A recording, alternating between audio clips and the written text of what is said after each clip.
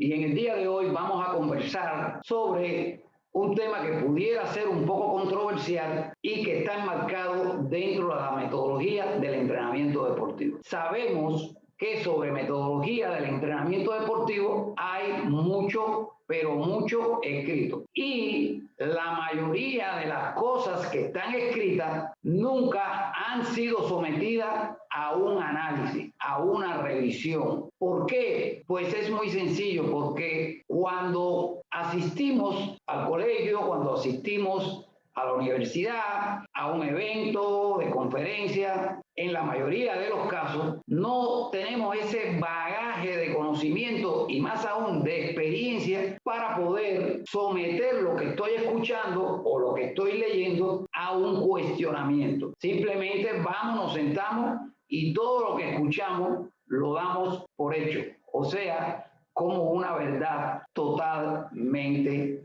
absoluta. Lo que sucede con esto es que con el decursar del tiempo, después que yo adquiero ese conocimiento y comienzo a ejecutar ese conocimiento, empiezan a aparecer una serie de lagunas entre lo que conozco y lo que se demanda que tengo que hacer. Esto sucede muy a menudo en el deporte. No quisiera que se me escandalizara, pero es una de las actividades en cuanto a metodología para entrenar, que es la herramienta fundamental que tienen los entrenadores. Es una de las actividades más atrasadas que hay. ¿Por qué? Porque todavía seguimos arando con aquellos bueyes de mediados del siglo pasado.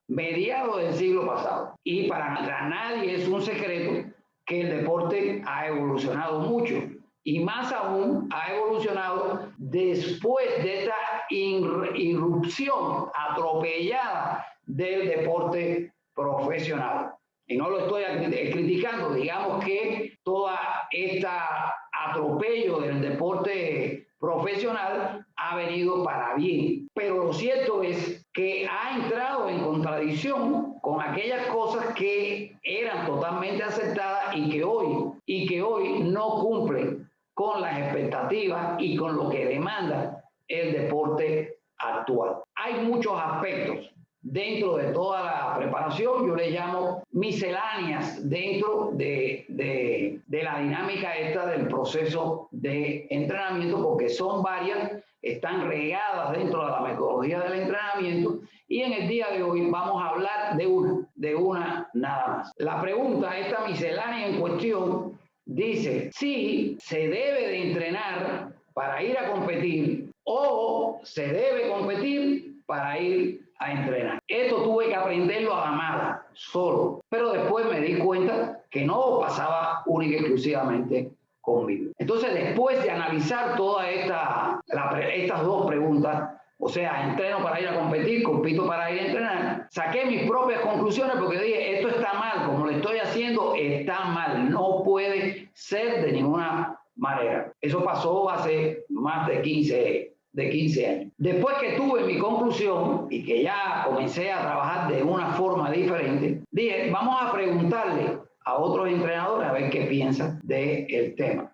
Pues de repente yo puedo estar equivocado y me digo al lado que no debí de haber ido. Entonces cada vez que tenía, porque no fue que hice una investigación, sino que cada vez que se me daba la oportunidad, y se me da bastante, de estar dentro de un grupo de entrenadores, incluso de diferentes disciplinas, yo ponía la pregunta. Yo decía, vengan acá, ¿uno debe de entrenar para ir a competir o uno debe competir para después ir a entrenar? La mayoría, la gran mayoría, inmediatamente me contestó, me dijo, no, entrena para ir a competir. Un grupo reducido me dijo, bueno, es lo mismo, el orden de los factores no altera el producto. Por supuesto que era la peor respuesta que se me pudo dar, porque acá no estamos hablando de matemáticas, es todo incluso la pregunta es una pregunta cualitativa, un número incluso más reducido de lo que me dijo que el orden de los factores no alteraba el producto, pues sí que lo altera, y después lo vamos a ver. Después de pensar, porque se tomaron su tiempo, y entonces me dijeron, no, se compite para ir a entrenar. Eureka, esa era mi conclusión. Y yo sé que ustedes pueden decir dijo que se entrena para ir a competir. Mayoría no tiene razón. Eso es un falso eslogan para motivar a la gente a que vayan hacia un lado o a otro. Mayoría no tiene siempre la razón. Y eso nada más hay que ir a la ciencia. En ciencia ese eslogan no funciona. Pero eso es otro punto que se puede debatir, pero no hoy. Sigamos tratando de explicar por qué se llegó al razonamiento, o llegué y había otros que también habían llegado al mismo razonamiento, de que primero debes de competir para ir a entrenar. La pregunta nada tiene que ver con una cosa burda, una cosa que no tiene sentido. Es una pregunta muy seria y por lo tanto debe ser tomada de esa forma. Y les voy a decir por qué.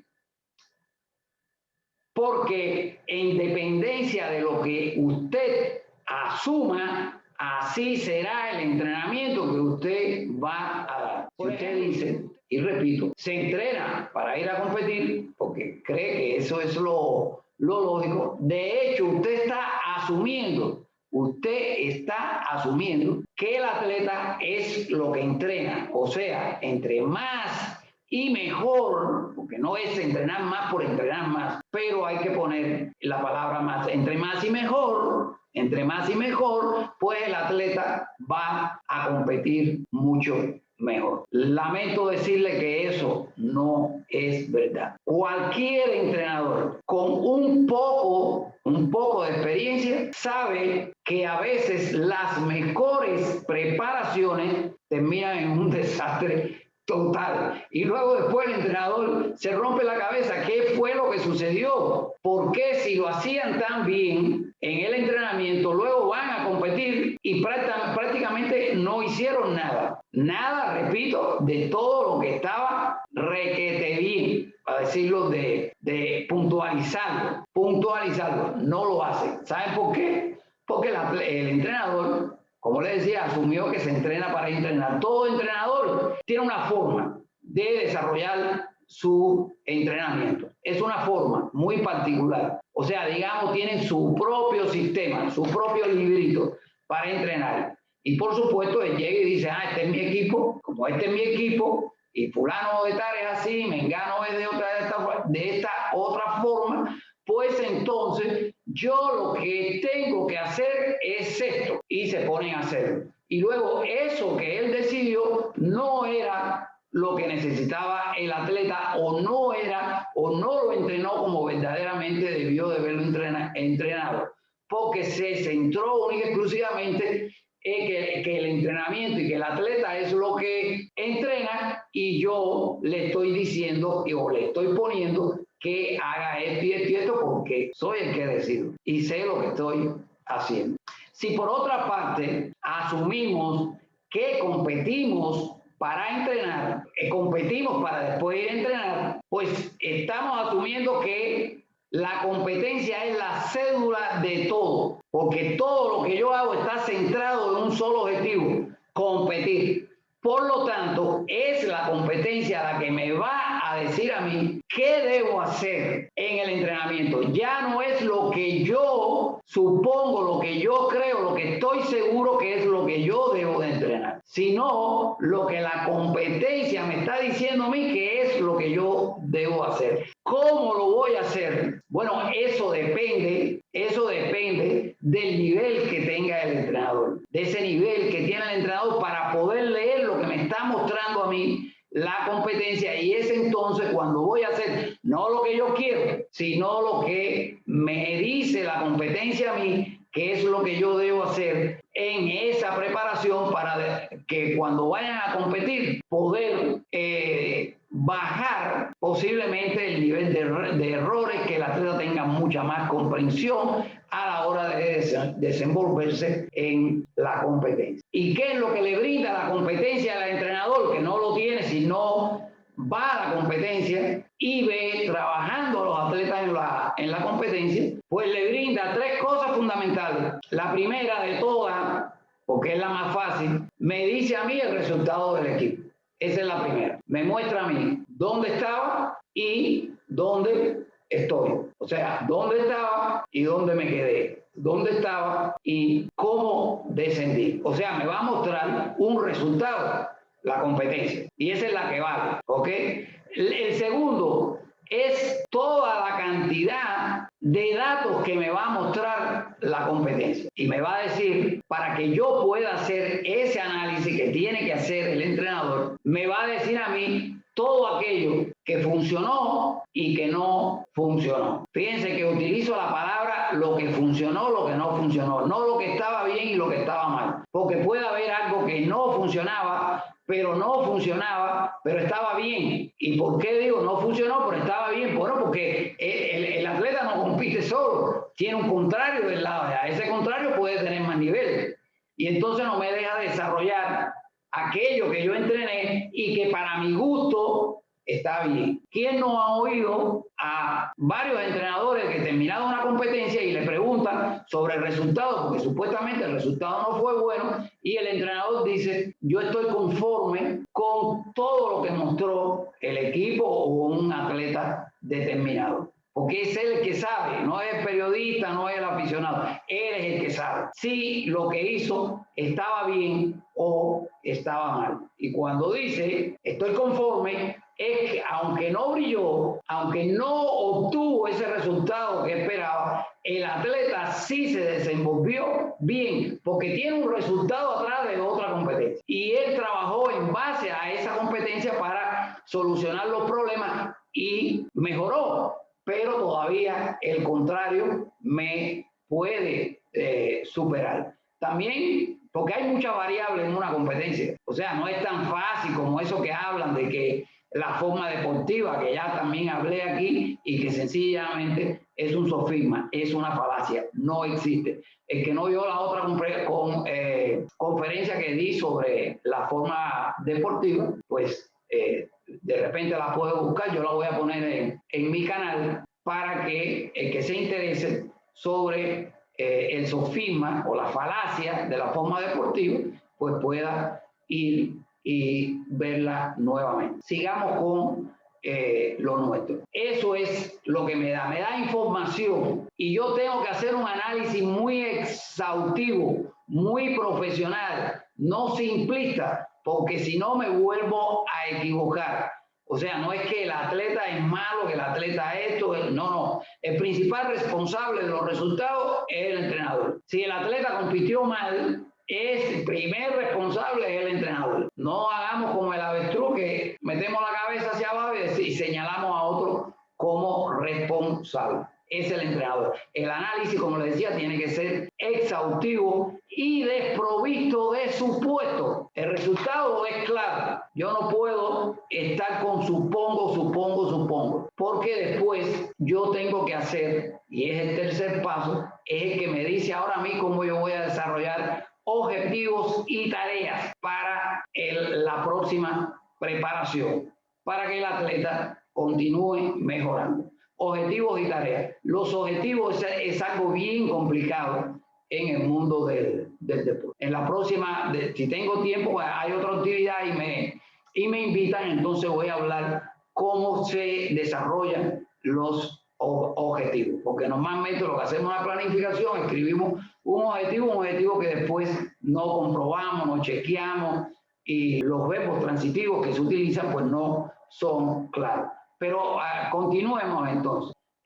Solo después el entrenador es que va a planificar. O sea, la competencia me dio un resultado, me dio una serie de datos que yo tengo que coger y ponerlos en un escrutinio, sin supuesto, para después entonces ir a planificar y darle ese toquecito mágico que le dan aquellos entrenadores que tienen la suficiente experiencia para lograr cumplir con lo que demandó que hiciera la competencia. Es la que manda, no yo. Ella me dice a mí, ese toquecito mágico yo se lo doy, pero tengo que centrarme primero en lo que me dio la competencia. Es decir, si no quiero equivocarme, pues tengo que borrar ese paradigma de decir, no, se entrena para ir a competir. No, yo compito para ir a entrenar. Ahora, hay otra situación, y de esto también hablé en otra conferencia acá. Para yo ver esta nueva dinámica de competir para entrenar, mis planes de entrenamiento no pueden ser planes largos, tienen que ser planes muy cortos, que yo les decía, yo hablé y acá mismo el año pasado sobre los planes compactados. Un plan compactado, para memorizar el que la vio, son planes pequeños, 5, 6, 7 semanas, nada más. Y luego después tengo que ir a competir. O sea, hago 5 semanas de preparación, 7, 9, de dependencia del deporte, y ahí tengo que competir nuevamente, porque tengo que ir a ver los resultados que me va a arrojar esta nueva competencia. No tiene que ser oficial, pero tiene que competir. Acá el test verdadero en el deporte es la competencia. No cuánto corrió, cuánto saltó, ni nada de eso. Eso es irrelevante a la hora de competir. ¿Influye? Claro que influye, pero desde el punto de vista del resultado es irrelevante. Eso es un cacho que va en la preparación.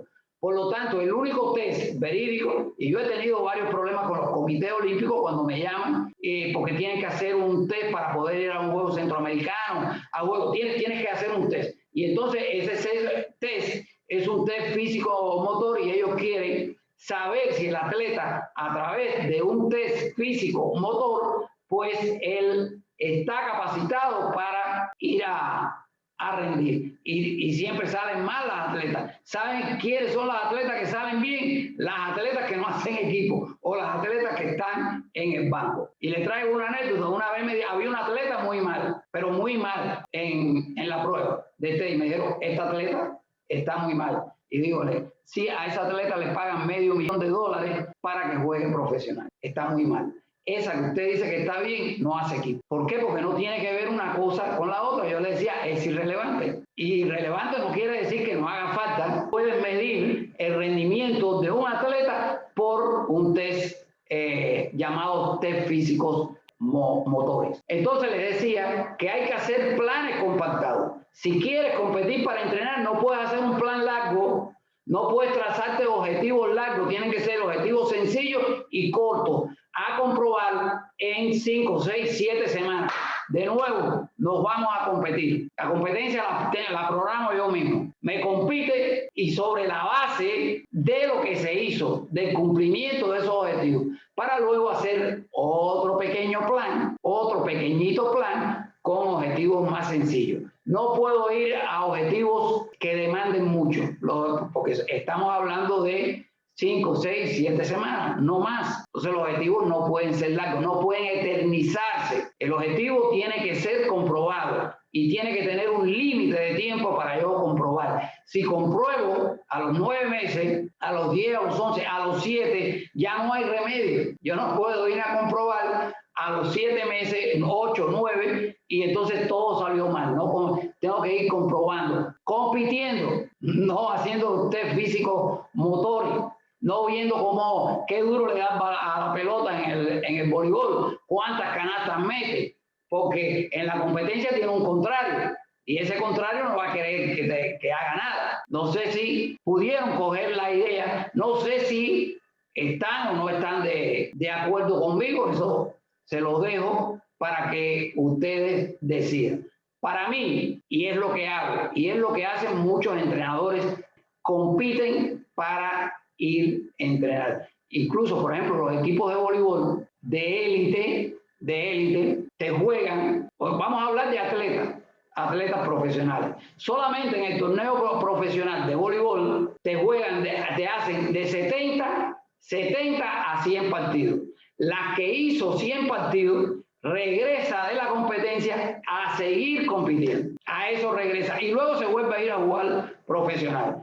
Eso con la metodología antigua no da la lista con el billete. No se puede. Ningún entrenador en lo profesional, ni ningún entrenador de un equipo nacional hoy en día puede hacer eso, porque además, por ejemplo, en el voleibol son 3 meses de competencia y en 3 meses se hacen hasta 4 o 5 competencias. Por eso, una vez más, yo lo dejo sobre la mesa, ustedes decidan cómo lo van a hacer. Yo me quedo con competir para entrenar.